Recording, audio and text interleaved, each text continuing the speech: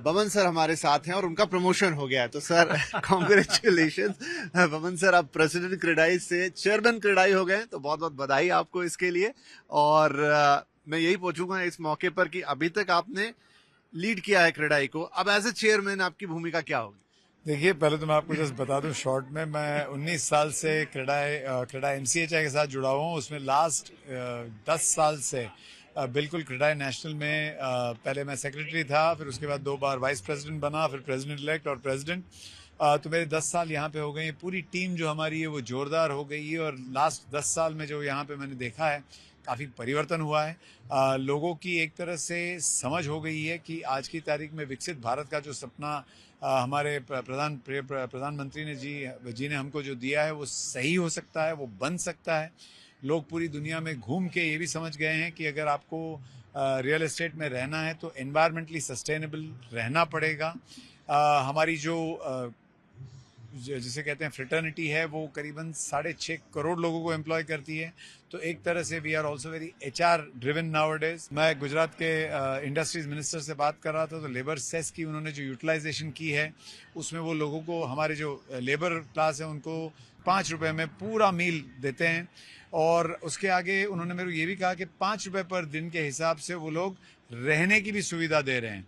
तो ये सारी जो चीज़ें हैं जो अच्छी तरह से हो रही है कुछ पार्ट्स ऑफ द कंट्री में, इसे पूरे हमारे देश में थ्रू आवर 24 स्टेट्स में जो सेटअप है, through our 240 plus city and state offices जो हैं, जो हमारे 13,000 प्लस मेंबर्स हैं, ये सबको अगर ये बताया जाए, और मैं I am a firm believer, आप जानते ही हो विपिन जी कि I am a firm believer कि अगर लोगों को पता चले कि कुछ अच्छा काम हो सकता है तो सबकी एक अंदरूनी इच्छा होती है कि वो अच्छा काम करे। बस बहुत बार ऐसा होता है कि उनको पता ही नहीं क्या करना है क्या नहीं। तो जैसे जब मैं प्रेसिडेंट की तरह सर्व कर रहा था, तो मेरी यही चाह रही थी कि जितने लोगों को साथ में जोड़ के, जितने लोगों को साथ में, जो नई नई टेक्नोलॉजी आई है, जो नए नए तरीके आए हैं, गवर्नमेंट के नए नए इनिशिएटिव्स हैं, इसके बारे में लोगों को सबसे ज़्यादा बताया जाए, इसमें लोगों को ट्रेन किया जाए, ऐसे लोगों को टेक्नोलॉजी दी जाए। और बस चेयरमैन का रोल भी यही रहेगा। शेखर भाई के साथ काम करूंगा। शेखर भाई जो है वो जितने हमारे काम हमारे पास्ट प्रेसिडेंट्स ने किया, जो हमने हमारे टर्म में किया, उसको और ज़ोर से आगे बढ़ाएंगे। और हर आने वाले प्रेसिडेंट का काम यही होता है, जो आज तक हुआ है उससे ज़्यादा करे। और चेयरमैन का मुझे लगता है जहाँ तक ये है कि एक तरह का गाइडिंग फोर्स रहे, और एक तरह का फेस भी रहे ऑर्गेनाइजेशन का। जहाँ जहाँ पहुँचना पड़े as a chairman I will go there. और ये हमारी जिसे कहते हैं, this is my prime business. And I think हम जो कर रहे हैं वो इंग्लिश में जिसे कहते हैं ह्यूमन सर्विस है। लोगों को आप रोटी दो तो एक दिन के लिए उनका पेट भरता है, अच्छे कपड़े दो तो 2 दिन, 1 हफ्ते तक खुशी होती है। लेकिन लोगों को घर अच्छा दो तो उनकी वहाँ पे मेमोरीज बनती है, घरों में सपने साकार होते हैं, लोग वहाँ पे विदाउट चिंता रह सकते हैं। बस यही हमारा काम है as CREDAI, to give information, to policy advocacy में काम करें, और लोगों को सबसे ज़्यादा कस्टमर को ध्यान में रखते हुए गवर्नमेंट के साथ इंटरेक्ट करें, और हमारे जितने बेहतरीन डेवलपर्स हैं उनको और आगे बढ़ाएं। अच्छा, एक सवाल मेरे मन में है, क्योंकि प्रेस कॉन्फ्रेंस में भी आप लोगों ने जिक्र किया और समय समय पे बात हो रही, वो अफोर्डेबल हाउसिंग को लेकर। ज्यादातर बातचीत में निकल कर आया कि अफोर्डेबल हाउसिंग की जो डेफिनेशन है थोड़ी डेटेड हो गई और वो मार्केट के अभी के मिजाज के साथ मैच नहीं करती। वो एक बात है अपने आप में, डेफिनेटली शायद आपकी उसको लेकर गवर्नमेंट से बातचीत भी चलती होगी। लेकिन एक और बात है, वो ये है कि वो जो 40-50 लाख रुपए का जो सेगमेंट है, वहां पर अभी भी बहुत सारे लोग ऐसे हैं जिनको उतने पैसे में ही वो घर चाहिए, तो वो घर कैसे बनेंगे? विपिन जी, हर चीज का एक डेफिनेशन होना जरूरी है। अब जब गवर्नमेंट ऑफ इंडिया ने अफोर्डेबल हाउसिंग की डेफिनेशन बनाई थी, तो उन्होंने एक तरह से बहुत सही किया था कि 60 मीटर्स एंड 90 मीटर्स। आप अगर ग्लोबल लिवेबिलिटी इंडेक्स का सर्वे देखेंगे तो विपिन जी आप देखेंगे वहां पे भी 60 स्क्वायर मीटर्स वो मिनिमम साइज है जिसमें एक फैमिली अच्छी तरह से रह सकता है। उससे अगर कम हो तो उसकी रिक्वायरमेंटें पूरी नहीं होती, और उससे अगर ज्यादा हो तो एक अच्छी चीजें लग्जरी हो जाती है। अभी आप मेट्रोज में अगर देखेंगे तो 60 स्क्वायर मीटर्स के घर जो बनते हैं उस पे आप अगर 45 लैक्स का 2017 में जो प्राइस फिक्स किया था 45 लैक्स का, वो आज की तारीख में है जस्ट इन्फ्लेशनरी एडजस्टमेंट प्राइस आप करें तो ये 75 लैक्स के इस पार आ गया है। तो the government should define affordable homes सिर्फ only and only on the basis of size. अभी आपका जो सवाल है कि लोगों को ये जो घर 45 लाख में मिलने चाहिए, मैं मानता हूं कि एटलीस्ट मेट्रोज में ये करना डिफिकल्ट है, क्योंकि हमारी जो सरकारें हैं उनका भी एक तरह से पूंजी जो आती है डेवलपमेंट के लिए, उनको पूंजी की जरूरत पड़ती है। मुंबई में 3 लाख करोड़ की डेवलपमेंट यानी इंफ्रास्ट्रक्चर का काम हुआ है, 4 लाख करोड़ का भी अनाउंस किया है। ये पैसा आएगा कहाँ से? ये पैसा आएगा डेवलपमेंट होने से।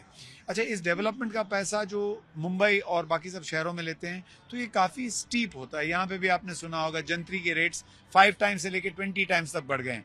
ये ऐसा जोर का झटका आएगा तो अफोर्डेबल हाउसेज नहीं बन पाएंगे। तो अफोर्डेबल हाउसेज अगर बनाने हैं तो आपको 3 या 4 लोगों के साथ में चलना जरूरी है। एक तो गवर्नमेंट का, डेवलपर का, फाइनेंशियल इंस्टीट्यूशंस का, और उसके बाद हमारे जितने हमारी प्रजा है, हमारे लोग हैं, उनका। मेरा एक वाक्य में अगर आपको बोलूं तो अफोर्डेबल हाउसिंग जो है अराउंड द वर्ल्ड स्टार्ट होता है रेंटल हाउसिंग से। आप अगर डेवलपर्स को प्रोत्साहन दो, और हमारे महाराष्ट्र में आज की तारीख में एटलीस्ट मैं म्हाडा में इंटरेक्ट करता हूं तो वहां पे मैं देख रहा हूं कि काफी गति में वहां पे चेंज आ रही है, और उस चेंज में वो प्रमोट करना चाहते हैं कि अफोर्डेबल हाउसिंग के लिए एज अ फर्स्ट स्टेप आप रेंटल हाउसिंग शुरू कीजिए, और वो रेंटल हाउसिंग के माध्यम से आप लोगों को अच्छा घर दे सकते हो। लेट से 3 साल 5 साल का 3 4 5 साल में उनकी एबिलिटी इतनी हो जाएगी कि वो एक अच्छा घर ले पाए। लेकिन अगर आप अफोर्डेबल हाउसिंग को 45 लाख रुपए का बोलते हो तो आई एग्री, ये हो सकता है, but then that is in the tier 3 tier 4 towns जहां पे 1000 फुट का घर, और काफी large part of our country is in that space, volume wise वो काफी लार्ज है। लेकिन अगर आप फिर create a separate definition, affordable housing in metros, affordable housing in tier 1 tier 2 and affordable housing in the rest of the country, तो शायद उसका भी एक काम हो सकता है। और अफोर्डेबल हाउसिंग की डेफिनेशन होना इसलिए जरूरी है क्योंकि governments can then decide what advantage वो दे सकते हैं। जैसे जीएसटी में आप जानते हो, अफोर्डेबल घर आप लेते हो तो आपको 1% जीएसटी होती है, नॉर्मल घर लेते हो तो 5%, and if you see 4% is a very large sum Vipin ji. तो दीज आर द थिंग्स जो हमको सेग्रीगेट करके अगर हम पार्ट में करें तो अच्छी तरह से हो सकता है। अफोर्डेबल हाउसिंग बनाने के लिए फर्स्ट रेंटल हाउसिंग का बनना बहुत जरूरी है। राइट तो अगर आपने tier 2 tier 3 and tier 4 cities की बातचीत की, देश में इंफ्रास्ट्रक्चर पर काफी सारा काम हो रहा है, और आपने रोड्स की आज अपने संबोधन में बोला, और आपने कहा अमेरिका रोड्स पर बना है। अब हमारे देश में मैं तो नहीं कहूंगा कि अमेरिका हो चला है, लेकिन रोड्स पे बहुत प्रगति हुई है। बड़े शहरों से छोटे शहरों की कनेक्टिविटी, छोटे शहरों की आपस में कनेक्टिविटी। ठीक है, मैं मानता हूं आपकी बात सही है कि शायद अब महंगाई और तमाम चीजों को, कॉस्ट ऑफ कंस्ट्रक्शन को जोड़ते हुए 45 लाख में शायद टियर 1 सिटी के प्राइम एरियाज में अफोर्डेबल हाउसिंग आप नहीं कर सकते, लेकिन जो छोटे शहर हैं वहां पे इस कीमत में, इस ब्रैकेट में घर दिए जा सकते हैं। देखिए, मैं तो ये कहूँगा कि let's say even a place like Nashik, और बधाई हो हमारे स्टेट को, 1 मई को वो लोग समृद्धि एक्सप्रेस शुरू कर रहे हैं। समृद्धि एक्सप्रेस जो है वो मुंबई से लेके नागपुर की दूरी 8 घंटे में पूरी करने की आपको मीन्स उन्होंने कहा है कि हो सकता है।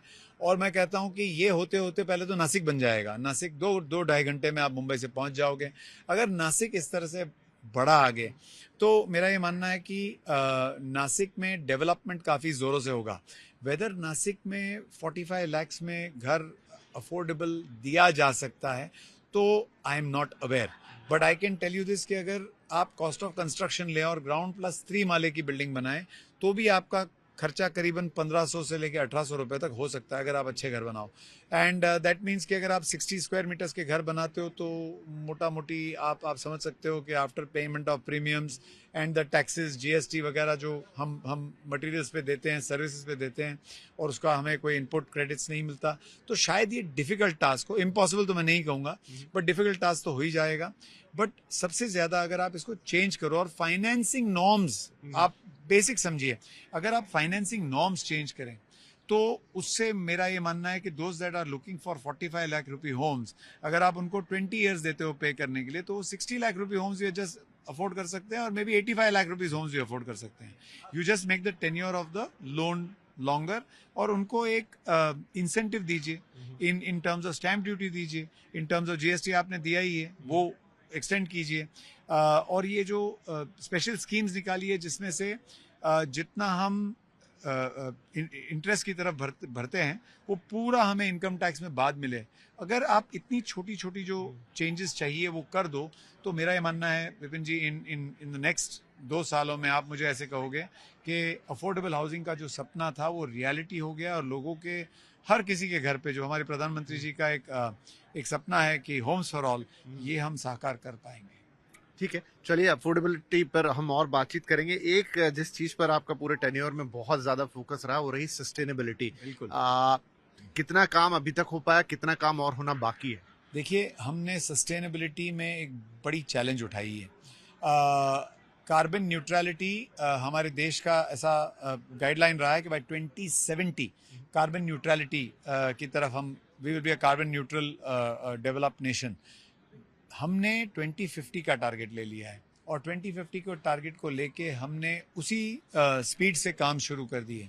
आप विपिन जी, मैंने पहले भी कहा है कि ऑलमोस्ट इंफ्रास्ट्रक्चर जो हो रहा है वो और हाउसिंग या डेवलपमेंट जिसे कहते हैं, ये दोनों मिला के करीबन 27% we are responsible for the carbon emissions. तो if you take real estate, we might be let's say 8 or 10% out of that 27%. अगर मैं इरेडिकेट कर सकूं जस्ट माई लार्जर सिटीज जहां पे सबसे ज्यादा डेवलपमेंट हो रहा है by volume and by value, तो मेरा ये मानना है कि we will be able to achieve this target.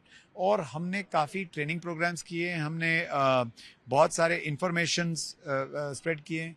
आज यहाँ पे हार्वर्ड की एक प्रोफेसर आई है मिस बैंग, उन्होंने आईआईएम में भी बात की है। हमने जो नए जनरेशन के लीडर्स हम डेवलप कर रहे हैं विद आईआईएम बी से आईआईएम ए से, हमने वहाँ पे सस्टेनेबिलिटी का एज अ कोर्स हमने शुरुआत की है।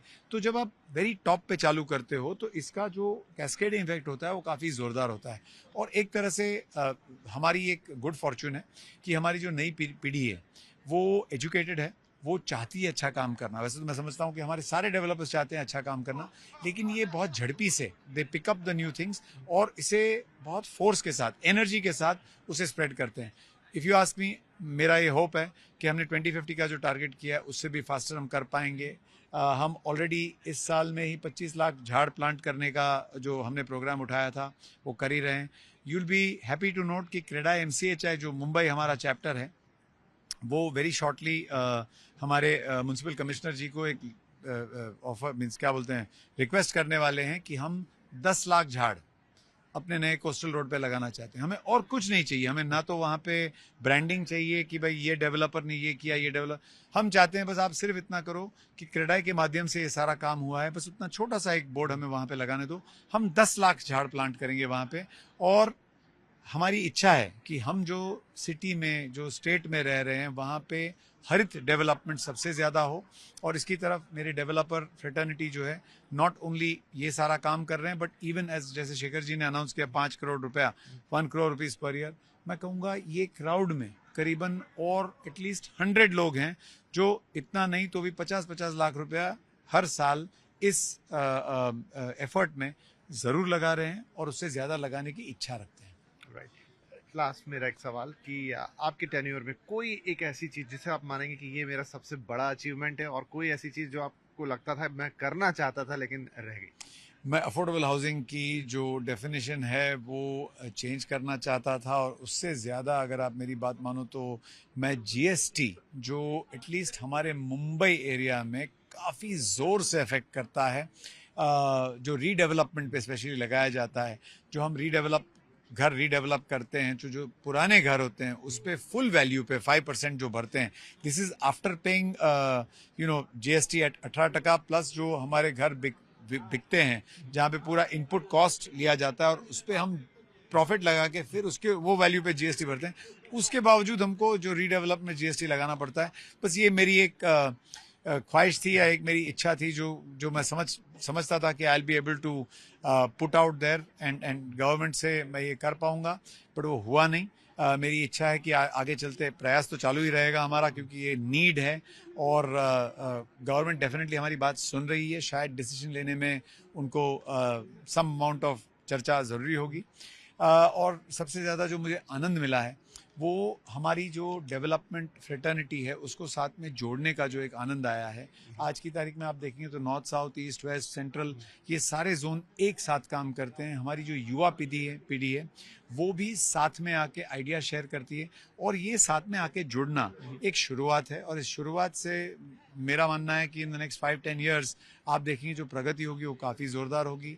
हमने फाइनेंशियल इंस्टीट्यूशंस के साथ भी काफ़ी अच्छा काम किया है। एज क्रेडाई हमने बहुत सारे जो इम्पोर्टेंट इश्यूज थे उनकी तरफ उनको उसके बारे में समझाया और वो काफ़ी अच्छी तरह से उसका इम्प्लीमेंटेशन कर रहे हैं। गवर्नमेंट के साथ हमारा प्रयास चालू रहेगा और मैं काफ़ी खुश हूँ कि आज की तारीख में शेखर भाई जो हमारे हैं, जैसे मैंने स्टेज पे भी कहा, वो एक बार कोई बात ठान लेते हैं तो गुजरात की एक फितरत रही है कि गुजराती जब एक कोई सोच लेता है करना है तो फिर कोई भी हिसाब से उसको करने का पूरा प्रयास कर लेता है और शायद 9 आउट ऑफ 10 में सक्सेसफुल भी हो जाता है।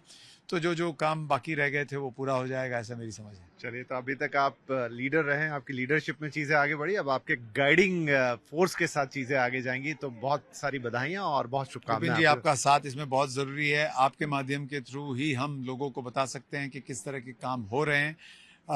आप जैसे मैंने पहले भी हमारे प्रेस कॉन्फ्रेंस में कहा, बिल्डर और डेवलपर में एक डेफिनेशन का आप एक अंतर कीजिए।